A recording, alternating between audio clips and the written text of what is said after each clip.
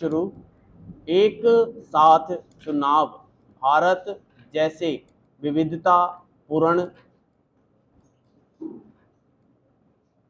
देश में बड़ी चुनौती है। केंद्रीय कैबिनेट ने एक देश एक चुनाव का महत्वाकांक्षी प्रस्ताव स्वीकार कर लिया है। इसका उद्देश्य लोकसभा, राज्य विधानसभाओं, शहरी निकायों तथा पंचायतों के चुनाव एक साथ कराना है। यह महत्वपूर्ण परिवर्तन पूर्व राष्ट्रपति रामनाथ कोविंद की अध्यक्षता वाली समिति की संस्तुतियों पर आधारित है, जिसने इस प्रस्ताव पर पूर्ण सहमति प्रकट की थी। मोदी सरकार इस पहल को संसद में पेश करने की ओर बढ़ रही है। ऐसे में सवाल उठता है कि क्या यह योजना संभव है और हमारी वर्तमान स्थिति क्या है। मुख्य रूप से एक देश एक चुनाव, लोकसभा, राज्य विधानसभाओं तथा स्थानीय निकायों के चुनाव एक साथ कराने पर केंद्रित है। यह व्यवस्था भारत में देश के पहले आम चुनाव 1991-92 से लेकर 1967 तक मानक व्यवहार थी, लेकिन बाद में 1960 के दशकांत में कुछ राज्य सरकारों और लोकसभा के समय से पूर्व भंग होने के कारण एक साथ चुनाव की तय लय टूट गई। ऐसे में एक देश एक चुनाव का क्रियान्वयन करने की तुलना में कहना ज़्यादा आसान है।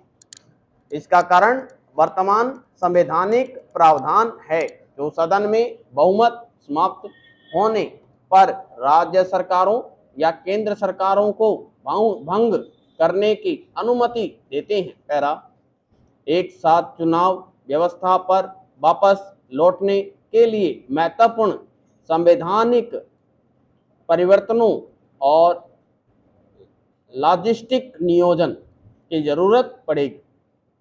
कोविंद समिति द्वारा मार्च में पेश रिपोर्ट में एक साथ चुनाव के लिए समर्थन रेखांकित करते हुए कहा गया है कि इसका समर्थन 32 राजनीतिक पार्टियां तथा न्यायपालिका के प्रमुख व्यक्तियों ने किया है। एक देश एक चुनाव को यथार्थ बनाने के लिए मोदी सरकार को अनेक विधायी बाधाओं से निपटना होगा। संसद को 2 महत्वपूर्ण विधेयक पास करने होंगे, जिनमें से एक का संबंध लोकसभा व राज्यसभा विधानसभा चुनाव में तथा दूसरे का नगरपालिका व पंचायत चुनावों से है। विधायिकाओं के कार्यकाल और उनको भंग करने तथा राष्ट्रपति शासन के बारे में संविधान संशोधन जरूरी है। संसद की वर्तमान संरचना में यह काम कठिन लगता है। हालांकि भाजपा सरकार को बहुमत प्राप्त है, पर उसके पास 2/3 बहुमत नहीं है।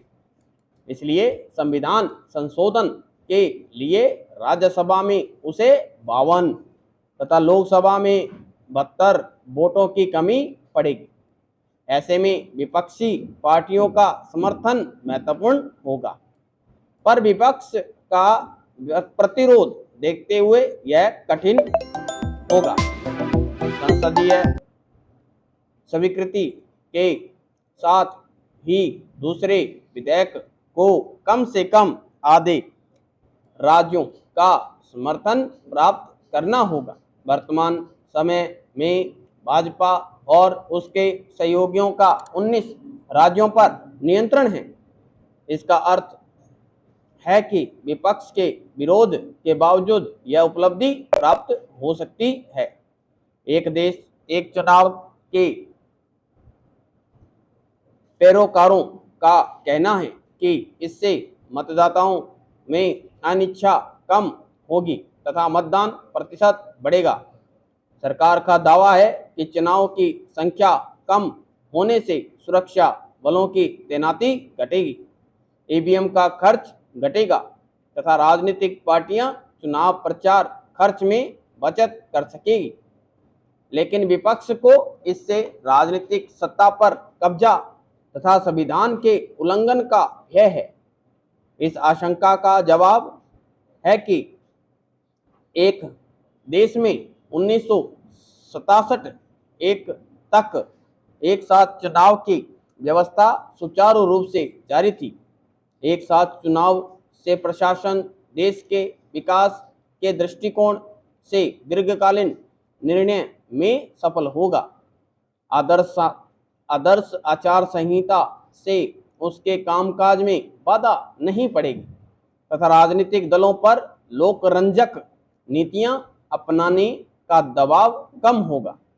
देखना होगा कि सरकार इस पर व्यापकतम सहमति बनाने में कहां तक सफल होगी।